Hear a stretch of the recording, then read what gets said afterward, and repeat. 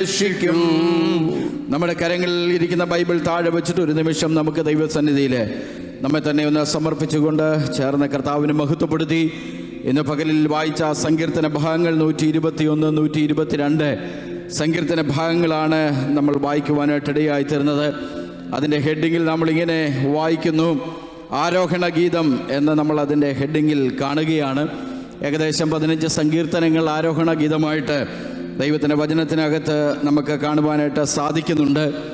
ആരോഹണം എന്ന പദം ബാബിലോണിൽ നിന്നുള്ള മടങ്ങിവരവ് എന്നതിന് സാധാരണയായി ഉറപ്പിക്കുന്നത് കൊണ്ട് സങ്കീർത്തനങ്ങൾ ഈ പ്രവാസികളുടെ മടക്കയാത്രയിൽ ഉള്ള സങ്കീർത്തനമെന്ന് ചില വേദ പണ്ഡിതന്മാർ അഭിപ്രായപ്പെടുന്നുണ്ട്. മറ്റു ചിലർ പറയുന്നത് ഉത്സവ സന്ദർഭങ്ങളിൽ യെരുശലേമിലേക്ക് തീർത്ഥയാത്ര ചെയ്യുന്ന ആ സാധാരണക്കാരായി കടന്നു പോകുന്ന പ്രിയപ്പെട്ടവർ പാടുന്ന പാട്ടുകളാണ് ആരോഹണ ഗീതങ്ങളെന്ന് അറിയപ്പെടുന്നുണ്ട്. ഈ നമ്മൾ വായിച്ച ഈ സങ്കീർത്തനം 121 സങ്കീർത്തനത്തിൻ്റെ 1 വാക്യം നമ്മൾ വായിക്കുമ്പോൾ നമ്മൾ ഇവിടെ ഇങ്ങനെയാണ് വായിക്കുന്നത്. അതിൻ്റെ 1ഉം 2ഉം വാക്യത്തിൽ നമ്മൾ ഇങ്ങനെ കാണുന്നു, ഒന്നാമതൊരു ചോദ്യമാണ്, ഞാൻ എൻ്റെ കണ്ണ് പർവ്വതങ്ങളിലേക്ക് ഉയർത്തുന്നു, എനിക്ക് സഹായം എവിടെ നിന്ന് വരും?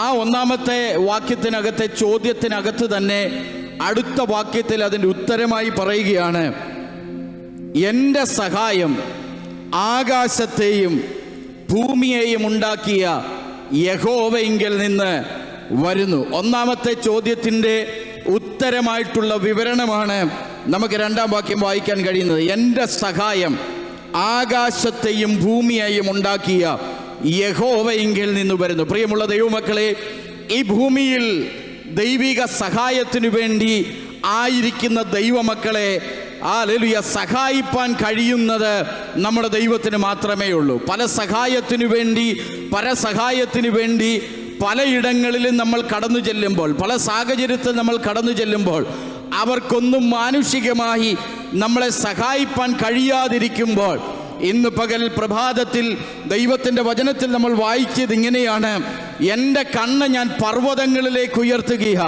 സഹായത്തിനു വേണ്ടി ഏതെങ്കിലും ഒരു പർവ്വതത്തിലേക്ക് കണ്ണുയർത്തുക എന്നുള്ളതല്ല അതിൻ്റെ അർത്ഥം. മറിച്ച് പർവ്വതത്തിനപ്പുറത്ത് ദൈവത്തിൻ്റെ സന്നിധിയിലേക്ക് കണ്ണുകൾ ഉയർത്തപ്പെടുന്ന ഒരു ഭക്തന് വേണ്ടി ദൈവത്തിൻ്റെ സഹായത്തിൻ്റെ കരം ഇറങ്ങി വരുമെന്ന് ദൈവത്തിൻ്റെ വചനത്തിനകത്ത് നമ്മൾ കാണുകയാണ്. പർവ്വതത്തിൻ്റെ മുകളിലേക്ക്, അതിനപ്പുറത്തേക്ക്, ദൈവസന്നിധിയിലേക്ക് ഉയർത്തപ്പെടുന്ന കണ്ണുകളിലേക്ക്, ഉയർത്തപ്പെടുന്ന മനസ്സുകളിലേക്ക്, സഹായത്തിനു വേണ്ടി ദൈവസന്നിധിയിലേക്ക് കടന്നു വരുന്ന ദൈവമക്കൾക്ക് വേണ്ടി സ്വർഗം അതിൻ്റെ നടുവിൽ ഇറങ്ങി വരുമെന്ന് ആ ദൈവത്തിൻ്റെ വചനത്തിനകത്ത് നമുക്ക് വായിക്കാൻ കഴിയുന്നു.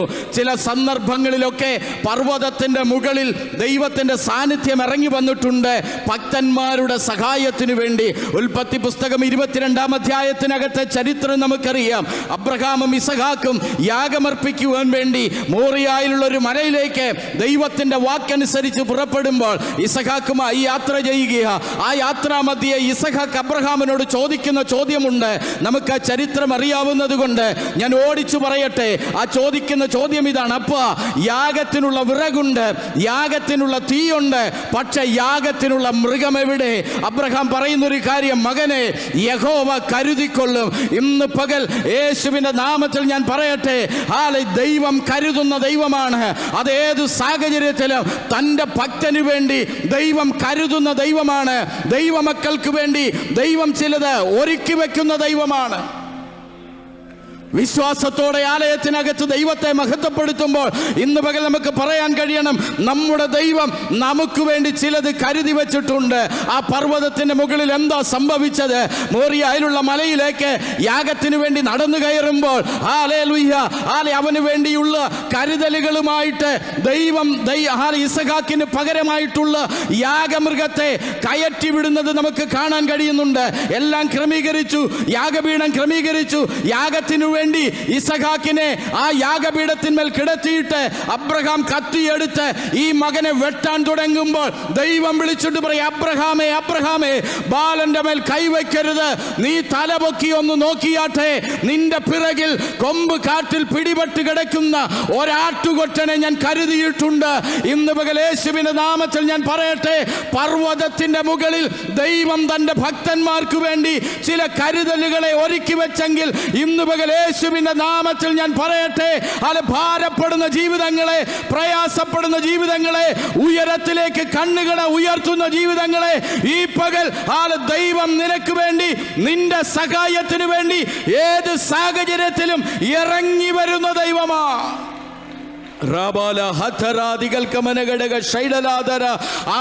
മലയിൽ അബ്രഹാമിനും ഇസഹാക്കിനും ദൈവത്തിന്റെ സംരക്ഷണവും കരുതലും ആ പ്രിയപ്പെട്ടവർ അനുഭവിക്കുക.